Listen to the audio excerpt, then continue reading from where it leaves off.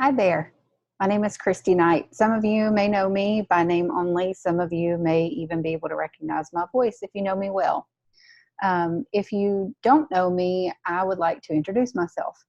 I have gone through a lot of changes and a lot of growth in the last year and a half since the separation and divorce from my husband. Through my journey, I felt a tug to open up, be transparent, and share experiences and things that I've learned with others. I'm typically a pretty private person, but I have been learning a lot over this last year. And I've been sharing a lot of that mainly through Facebook and Instagram. But I've been avoiding doing much more opening up than that, just because I don't feel skilled or qualified. I'm no expert, but still, God has been pulling, and the force of that pulling is getting harder and harder to ignore. So, hence this video, because if I type this out, I know most of you would not read it because it's more than about 3 paragraphs. So we're going to try a video route and see how this goes. I'm not an expert, so I don't have expert lighting, anything like that, expert audio, but you're going to get the message that I feel like you need to hear. So hopefully it helps you. So I'm recording my first test video. Eventually, hopefully I can get to podcast. But I felt the need to share this, and I haven't quite learned how to do all the podcasting stuff yet, at least in a legit way. So this is the route I'm going for now. The purpose of this, anything that I post in video or podcast form coming in the future, will be to share my experiences, my learnings, and my heart with you, in hopes that you're able to be encouraged, view a situation differently, or learn from something you didn't know before. Maybe just have a different perspective on life. I'm a person of faith. I believe in God, and I will reference that in my content, but rest assured, I'm here to teach, not preach. So without further ado, let's get started into what I felt led to share with you today. With this new year, I've been doing a lot of self-retrospection and introspection. My focus has been on consistent growth, because growth is my goal this year, just growth in every area, but consistently growing. I've been reading the Bible, creating a study on beginnings from the Bible, praying and reading other books that will help me grow and align with God's purpose for my life. I've learned so much through all of this, but today in particular, God chose to remind me of something I've heard and seen before in my own life, but I tend to easily forget it. So this verse, it says, "Come near to God and he will come near to you." James 4:8. That's the NIV version. God has drawn closer to me in the past and helped me when I have been faithful to read his word and pray. But no matter how many times this happens, to me, it's just as shocking and awe-inspiring every time it happens. But the reason that I'm talking about it now is because it actually happened today, earlier this morning, hours before actually writing this out and recording this video. I was driving to church this morning, and God revealed something to me about myself. And a lot of times when that happens, we kind of tend to not want to see it or hear it, because it means that we're going to have to do some work or some changing, or we're going to have to face a reality we really didn't want to face. So what he revealed to me, which I already knew this first part, I love people. I tend to kind of stay to myself because I need quiet time. I need creative time to recharge. But I love people, and I truly care deeply for everyone that I know, but I don't show them that I love and care for them in the way that I feel like I should. This is what so here, now I'm going to go into a little bit of what I like to call a nerd break. It's where I give you information that maybe you didn't know, maybe you did know, but it pertains to the message. Basically, I've had people tell me I'm a bank of useless knowledge. So here goes some knowledge for you. You can take it or not. So in the English language, we have only one word to describe every type of love. But there's more than one type of love. There's romantic love, there's friendly love, there's parental love, there's different types of love.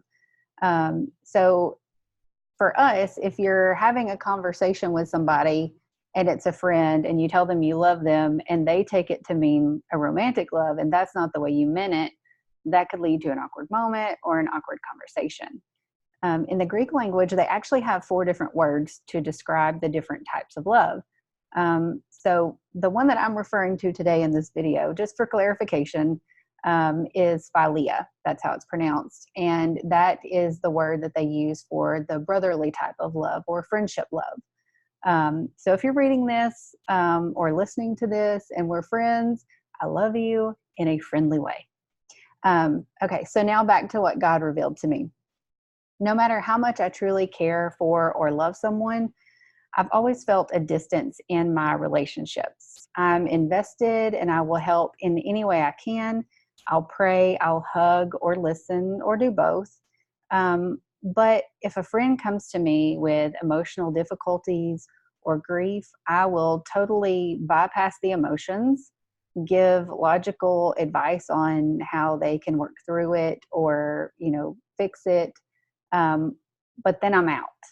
Like I just shut down. I'm out. If it's really heavy stuff, I try to just back away slowly, become silent and blend in with the background. That's just not my thing. And for the longest time, I thought that's just me. That's just the way I'm made. I'm more of an introverted type person unless I know someone. And I don't like dealing with that part of life. But today, God allowed me to finally see why I do this. Or maybe I should say, I was finally ready to listen to Him. I have so much past hurt, grief, and pain that I haven't dealt with. Part of it relates to my childhood. It's unresolved pain experienced through my parents' divorce and my mom's attempted suicide. But most of it stems from the years of emotional and mental abuse that I endured through my marriage. I dated my ex-husband for about 4 years, and we were married for 16 before I filed for divorce. So a lot of years. I thought by getting a divorce, living apart from my ex, and simply just focusing on my life, I could push all of that down, forget it, and move on with my life and just move past it, brush past it, and get on with it. And I had myself fooled for the first year after I moved out of the house that my husband and I had shared. I did go through the grieving process just like anybody does. Divorce it's a grief, it's a loss for what was, for what you had hoped for what you thought there would be, for what you imagined it was. It's grief, and it's real grief. I threw away old letters. I cried for things that I missed. I experienced random anger over the selfish decisions that my ex made that heavily weighted our marriage down until it broke. And I got stuck at one point on all the good times and I began to doubt that I had made the right decision. I'm in no way saying that I did not have a part in the failure of my marriage. I did, and I have dealt with that and owned it and worked through it. And I know where my shortcomings were. I didn't set boundaries. I allowed him to treat me the way that he did. And I did everything in my power to keep the marriage together and make him happy. But I did not do that in a healthy way. The problem was that he always felt that something was missing, but he looked in all the wrong places for the answer to fill that void. I was finally at a point where I had processed it and was finally confident that I had made the right decision. And then I had to make a tough decision that I knew was the right decision for my children, but I was sure it wasn't the right or best thing for me. And as parents, sometimes we have to make that sacrifice for our kids. I needed to move from an apartment, from the apartment that my daughter and I were living in for health reasons. And I had gone through the process of starting an application for a new apartment.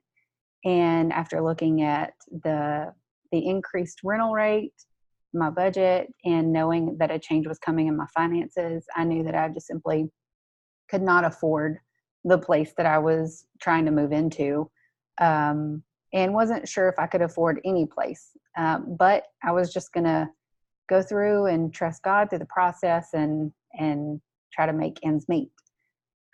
It was during this time that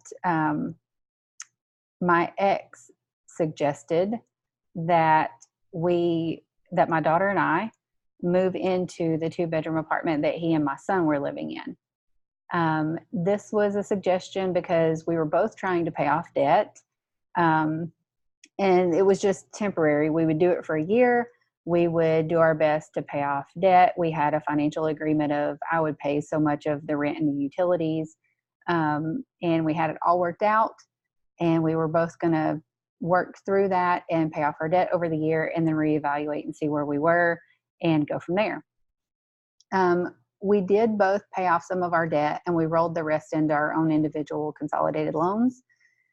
And the initial process of moving in went well. Our kids have their beds in one room, and my ex and I have our beds in the other room. Yes, we have 2 separate beds. The intention is never to get back together. That was neither of our intentions, and it's still not. So we managed to coordinate and work well together for the year that we had lived separately. So I thought this will be good. It'll help both of us financially, and a year isn't that long. I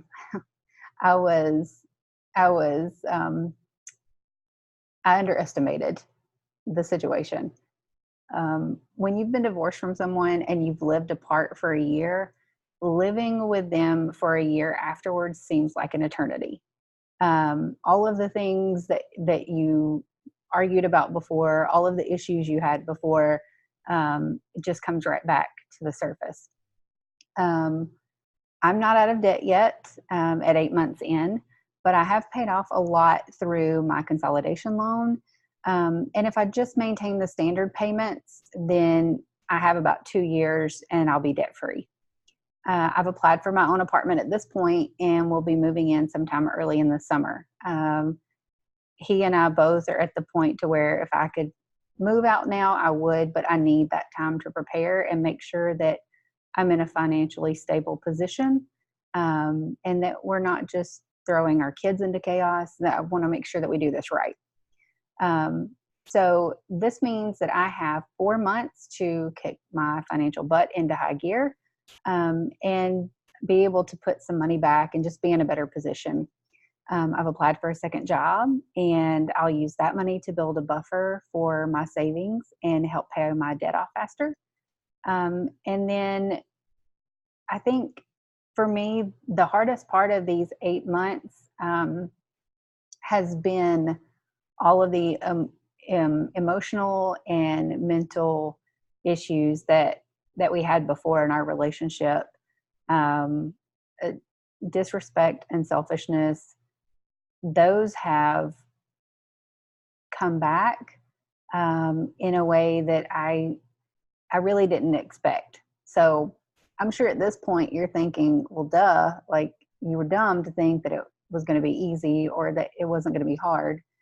But I wasn't expecting it to be this hard because I knew that over the last year of living on my own, I had processed a bunch of my stuff. I had changed, I had grown, and I was under the impression from just what I talked to him that he had too.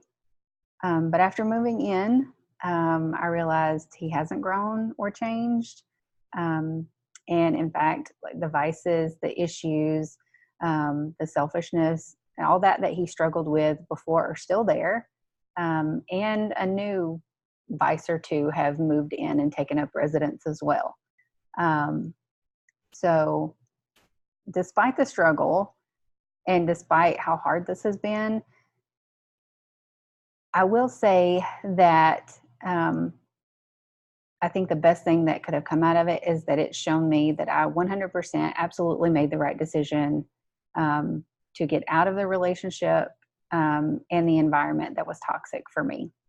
Knowing this, it helps me begin to move on and close that chapter of my life completely. But to fully close it, I have to move out and begin dealing with all of the emotions, the pain, the hurt, and anger caused from that marriage, and which has now been reopened over this time of us living together. This is the reason that I've been so emotionally unavailable for my friends. And God used my church and pastor to confirm this message with me this morning. So I had all of these thoughts from God as I was driving to church. And then the message that he spoke today, it was about about getting your life back on track. And in the message, my pastor said, in order to go, you have to move beyond old history, which means leaving the painful events and regrettable mistakes behind. Your habits, so start working to change the habits that hold you back or that aren't good for you. And your hurts. You have to let go of bitterness and anger from things that occurred years ago. I've already been working on better habits, and I've worked on some of my history and my hurts. But the history and the hurts are the things that I need to focus on this year. 20 years of hurt and history with our relationship. And so it's going to take a little bit of time to get through that. It's not just going to happen in an instant. So this is my focus for this year. And I tell you all of this to encourage you to not only make the tough decisions that you've been avoiding, but to remind you a decision is nothing without actions behind it. You're in control of your life. Only you have the power to change it. And the change won't just fall into your lap if you sit, pray, or think about it, but never take any action. So I can tell you this from experience. So I want to encourage you to finally do something to change your life. For all of my friends, those I love, I'm sorry to all of you. I want you to know that I'm fully aware of this shortcoming as a part of who I am at this point. And I'll be doing the work to fix that. But until I can unpack all of my foul laundry, wash it clean, and neatly put it away, please have grace and patience with me. And know I truly love you, even in the moments when I can't be strong enough to be there for you. A lot of you have been there for me, and I think that I have good friendships where I'm able to be there for you as well. But in those moments that I can't, if you notice or feel me pulling away, just have a little bit of grace with me and know I'm working on it. And I hope that this encouraged you to evaluate your life, think about, the things that you need to do to make life better, and finally take that action step to make it happen. Just dreaming, thinking, positive thoughts, that won't fix anything. You actually have to plan, prepare, and take the action. So it's a new year. It's a new decade. Make the change that you need to make. Talk to you later.